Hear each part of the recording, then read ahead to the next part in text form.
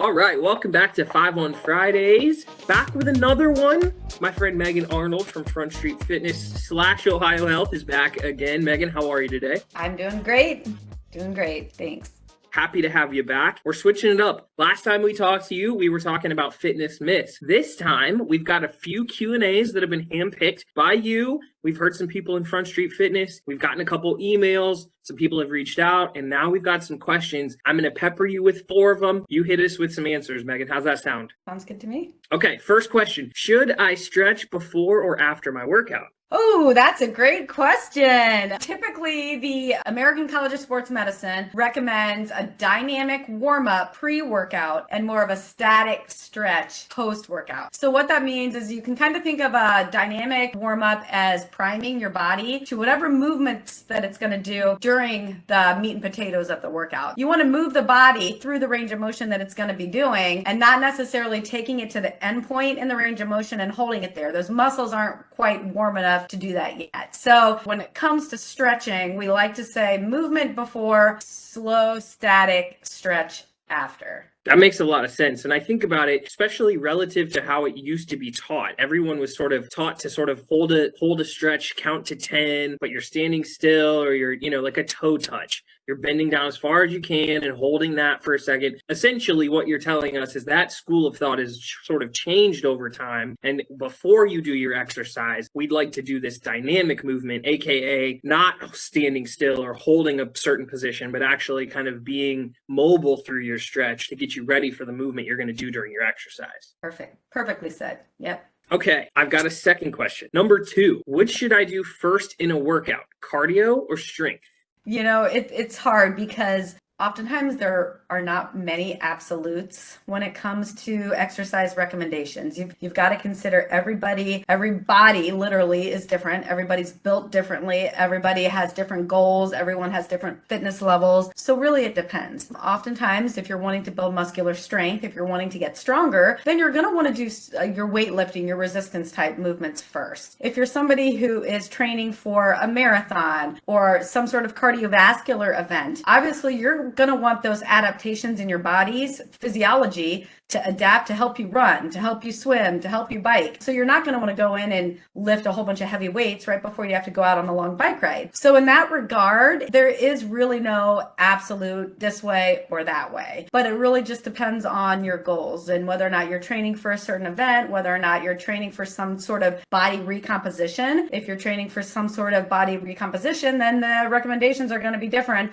than if you're trying to train to go out and run a marathon. So it's a difficult question to answer, and the best way that I can answer it is you've really got to prioritize what are your goals and what do I want to get out of this workout ultimately. Yeah, no, that makes sense. And I also feel like, little plug, that's what coming and talking to people like yourself and the rest of the team at Ohio Health and inside of Front Street Fitness are for. You guys are experts and literally went to school to help people understand which one they should do first on a case-by-case basis. That in mind, let's say we are doing some resistance training. We're doing some weightlifting, especially if I'm not familiar with it or I haven't done a lot of it. Why do I experience soreness gradually the day after I lift weights? Well, there are a couple physiological reasons that one may feel sore after an exercise. The soreness comes because your body is adapting to something that it's not used to. This could mean that you're new to exercise in general, so it might not take much to make you sore and your body's just not used to that.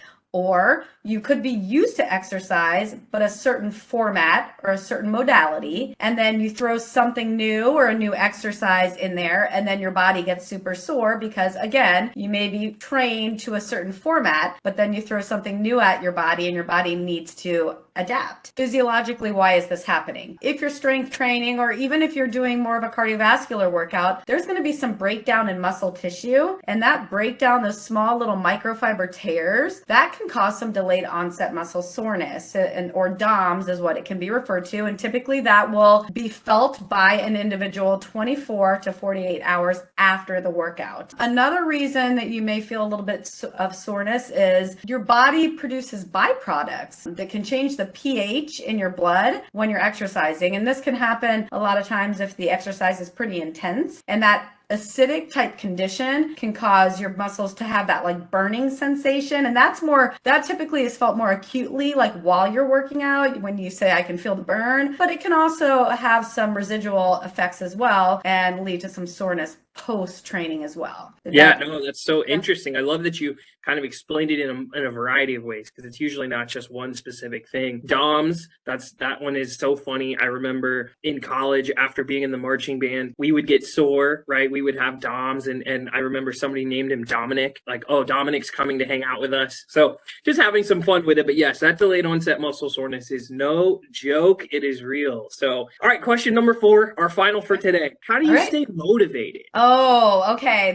Oh my gosh, could talk all day, so I'll try to keep it brief. For me personally, I feel like motivation isn't necessarily going to be what keeps you going, but it's going to be rather discipline. So motivation is more of an emotion. Motivation is maybe tied to certain times of the year or certain goals, and it kind of ebbs and tides, you know? I mean, think about New Year's or some sort of event that's coming up. That may be a motivator, but then once you either get done with the event or you just start to lose your drive, then you might not feel quite as motivated. And that's when discipline is important. Discipline to build the habits, to make it consistent. I feel like the discipline piece is really going to be what keeps you going, and not necessarily relying on the motivation per se, because sometimes it comes and sometimes it goes, and sometimes you feel good and sometimes you don't. And it's a matter of meeting yourself where you're at, listening to your body. Some days you're not going to feel like going as hard as you did the day before, and you've got to honor that and just do what your body can do. Take rest days when you need it. Rest is important. I think that we really have to remind folks that it's not something that you have to exercise every single day, hard every single day. Your body needs rest, okay? That it needs time to recover. Just like every human being needs sleep, your body needs to recover. So a habit and consistency does not mean daily of the same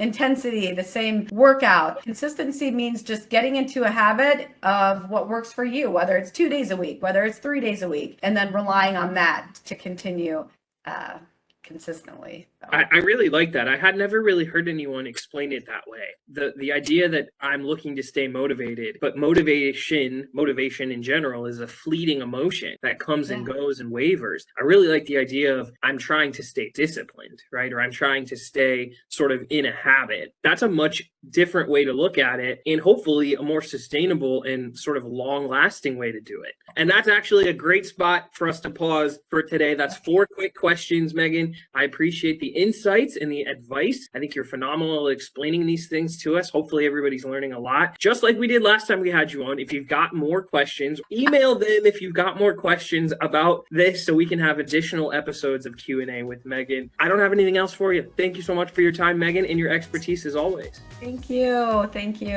We'll see you in the next one. Thanks. All right. See ya.